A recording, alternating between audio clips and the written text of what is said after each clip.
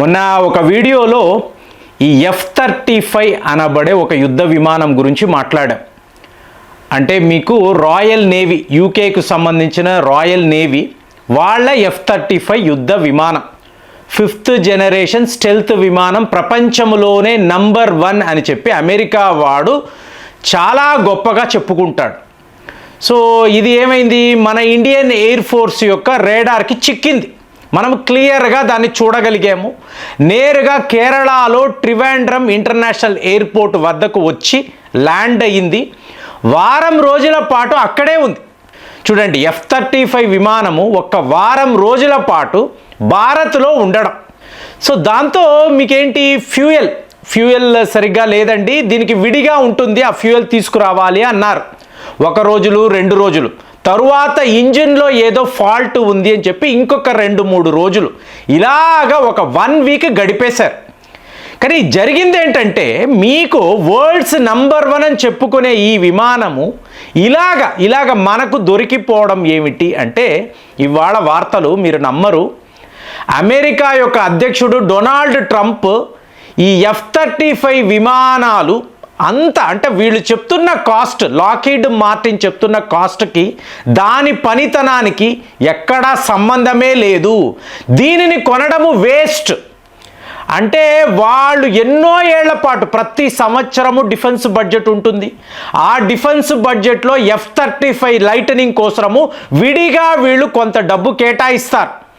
ఎందుకంటే Lockheed Martin America ప్రభుత్వంలో ఉండే ప్రతి ఒక్క అధికారికి కూడా లంచాలు ఇవ్వడం, ఏకంగా అమెరికా అధ్యక్షుడికే వాళ్ళు లంచాలు ఇచ్చి విమానాలు అమ్ముకుంటారు. అలాంటిది ఇవాళ దీని పనితనము వేస్ట్ అంటే భారత్ ఒకే ప్రశ్న, అలాంటప్పుడు మాకు ఎందుకురా అంటగట్టాలని చూసావు అంటే 2024లో మీకు లాక్హీడ్ మార్టిన్ యొక్క CEO మోదీ గారిని కలిశాడు. మా F-35 కొనుక్కోండి, ఇలాంటి విమానం ప్రపంచంలో ఎక్కడా ఉండదు, అలా ఇలా ఎన్ని కబుర్లు చెప్పాడు. సో మొన్న ట్రంప్ గారిని కలిసినప్పుడు కూడా ఇక మీ మిలిటరీ ఎక్కడో ఉంటుంది, ఇండియన్ ఎయిర్ ఫోర్స్కి కావలసిన టాప్ మోస్ట్ మీకు ఫైటర్ జెట్ మా వద్ద ఉంది, తీసుకోండి, ఇన్ని చెప్పావు కదా.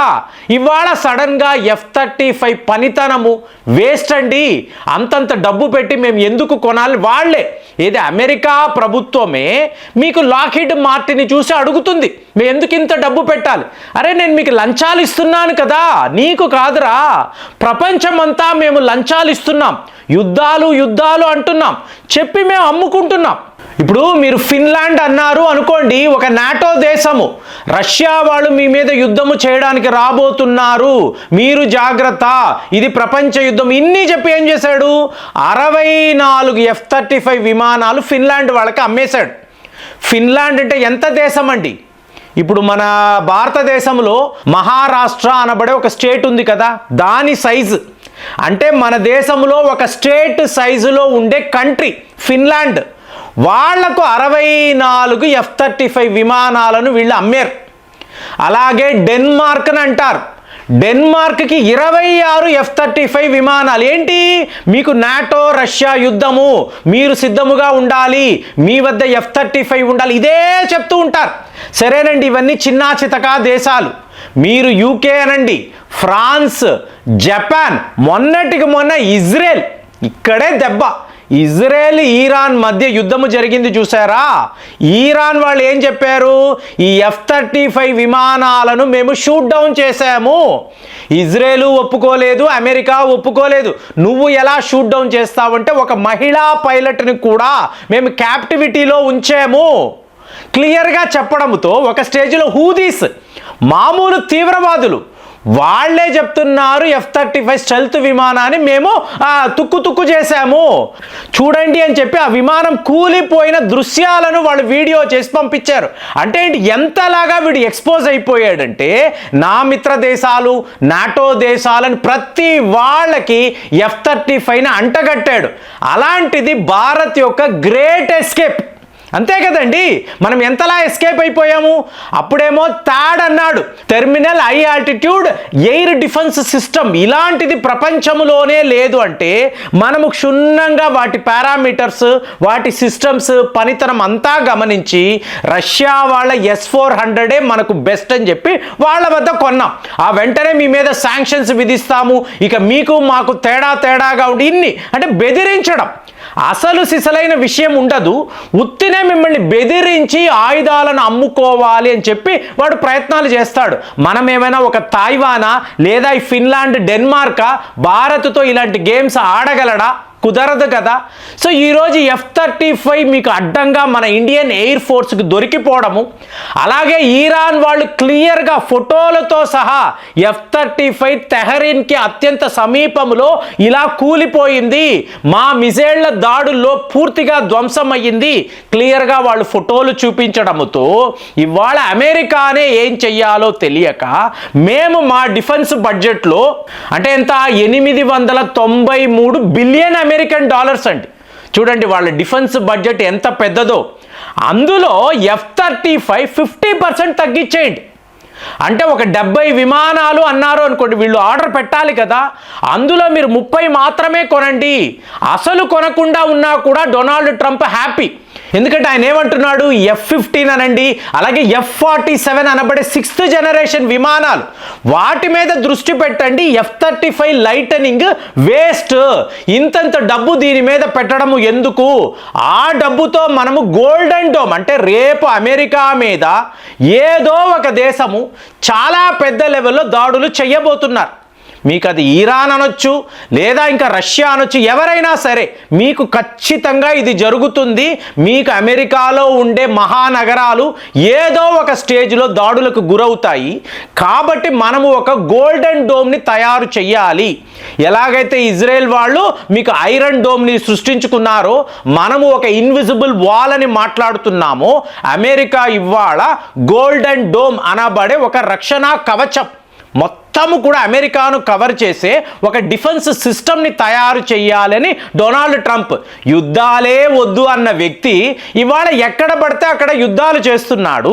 ఆ భయం ఎంతలా ఉందంటే అమెరికా మీదే దాడులు జరగవచ్చు, ఇది ఇవాళ పర్సెప్షన్. అలాంటప్పుడు ఈ F-35కి ఇవ్వాల్సిన డబ్బుని మనం గోల్డెన్ డోమ్ మీద పెడదాము, 6th జనరేషన్ విమానాలు తయారు చేద్దాము, మన వద్ద ఉండే F-15 విమానాలు మనకి సరిపోతుంది, ఇది ఇవాళ ఇతను మాట్లాడుతున్నాడు.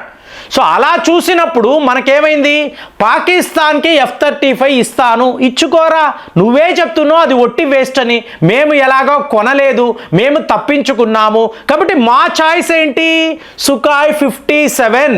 చూడండి, అప్పుడు థాడ్ అన్నప్పుడు S-400 కొన్నాం, ఇవాళ F-35 అన్నప్పుడు మనం సుఖాయ్ 57 కొనే పరిస్థితిలో ఉన్నాం. అంటే అమెరికా వాడు మనల్ని రష్యా వైపే పుష్ చేస్తున్నాడు.